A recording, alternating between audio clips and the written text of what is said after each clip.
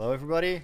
I'm Vincent Penning. I'm in Sydney with my friend Kian at Authentic, and I'm going to be doing a little interview with him. White trash, hardcore, rock and roll, fuck you!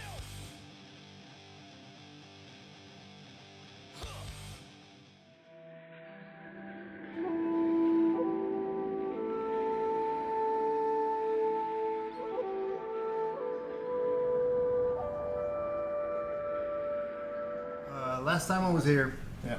you were doing everything by machine, right? Yeah. And you had a tattoo chair and everything.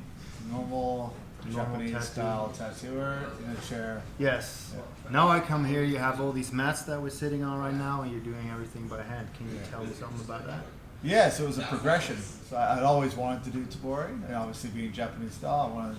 I've been mixing my own sumi for several years, and I make my own needles before with machine.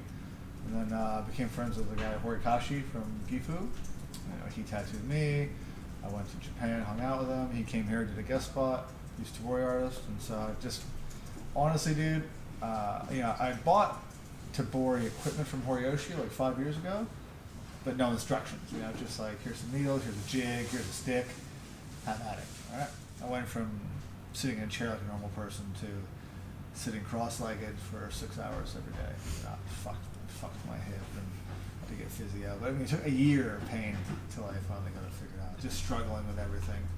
Right. And so, like, Horikoshi taught me stuff, but he was also on the same. He was just a little bit ahead. He was a machine artist as well, who became a tabori artist. So we were both kind of learning together. It's changed everything. It's like my machine work was, simple but detailed, if you know what I mean. Like simple with the lines, but a lot of details in the color and the textures, and I put a lot of patterns and stuff. So I've had to back that off a little bit with tabori for now until I can get the edges sharp, and then I'll introduce more of that as I go, kind of thing, right? So it's definitely changed. I draw a lot more now. I draw every day for an hour before work. By doing tabori, it got me more involved in the process of what I'm doing. It stopped being I draw for my projects and I tattoo these hours to these hours. But I always took tattooing seriously.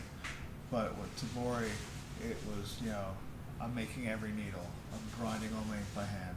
I'm drawing everything on freehand now. I don't really use stencils anymore. You know what I mean? So it's a whole other level deep I've gone. You know what I mean? So it's all related. Before I'd spend, I'd spend a night drawing a dragon, let's say. I'd do over a couple of nights, and I'd have my dragon stencil, and that would be it. Now I'll spend like a week drawing the same dragon over and over and over and over again, and then I'll freehand it.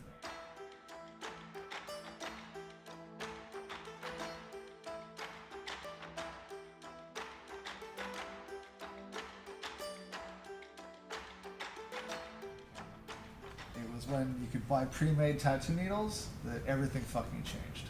It wasn't buying the ink, it wasn't fucking the internet, it wasn't iPads, it was buying pre-made needles. Before that, it was ink, right? If you couldn't make your own ink, you couldn't tattoo, but you can borrow ink off people. If I make a liter of fucking ink, and I like you, I'll give you a bottle, but I ain't making fucking needles for you. You know what I mean? You're gonna make those things yourself, right? So, if you couldn't make tattoo needles in the 90s, you weren't tattooing. Right? And no one's fucking teaching you how to do it unless you're really cool, right? But if you didn't have someone show you hands-on how to solder, how to make needles, I mean, you weren't doing it very well, right? So up until that point, that was the gatekeeper. It wasn't anything other than being able to make a decent tattoo needle. Because if you couldn't make a good needle, you couldn't make a good line. And as we all know, tattoos are based off good lines, right? So when the Chinese needles pre-mades came out, it was like fucking everybody could be a tattooer, the cute girl, the fucking nerdy guy, everybody. Because before that, it was a guitar string. That's how I learned. I learned on it with a sharpened guitar string. So I hung out in the little street gang I was in. There's a few tattooers. Some had real machines, some had homemade stuff. So I learned off those guys. I tattooed myself. I did some scratchy shit on people when I was like 16, 17. I was like, this is fun. I always knew I wanted to be a tattooer, but I didn't have money to buy equipment. I didn't have the means.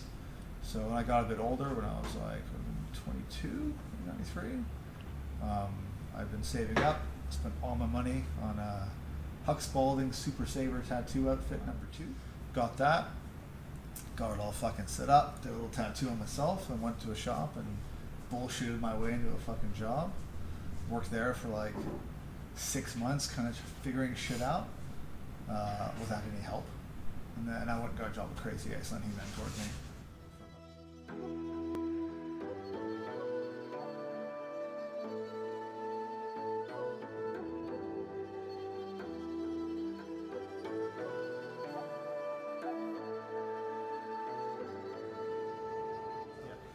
With the Japanese stuff, it just had power, had strength, and for me, it was a classic style. It wasn't a fad. It wasn't a trend. It wasn't going to go away. It wasn't going to age badly. You know, I think classic Japanese, when it's done properly, you know, it looks good now. It looks good in 20 years. Like, some of the things change, right? But the style itself is powerful. I mean, they've been doing the same style for 300 years, and you know, I mean, and there's so much you're never going to master it. I mean, the lexicon of things that you can do. You can specialize in the macabre. You can specialize in beautiful women. You can specialize in dragons. I mean, there's so much fucking shit to learn. You know, I'll spend a month drawing dragons, then forget how to draw snakes, and spend a month redrawing snakes, and do demons, and then go back to geishas. And never ending. Well, I like more like the traditional, like proper Japanese style. You know, I mean, I respect the guys who do the European stuff or the American stuff, but I'm really particular. You know, I only do fullbacks. I don't stop at the waist. I don't do just the butt.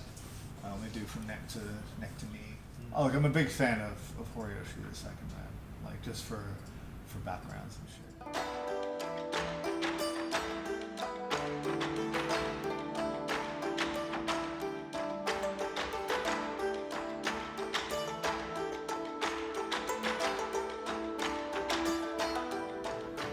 Kian, thank you very much. Thanks, buddy. Thanks for having me and for doing the interview. Yeah, of course, dude. Where can people find your shop online? Or Yeah, you can Google just Authentic, AUTHENTINK, authentic.com, or Horisumi. As far as I know, I'm the only Horisumi going right now. Cool. So if you go Horisumi, you'll find the shop and find me. Cool. Thanks. Thanks, dude.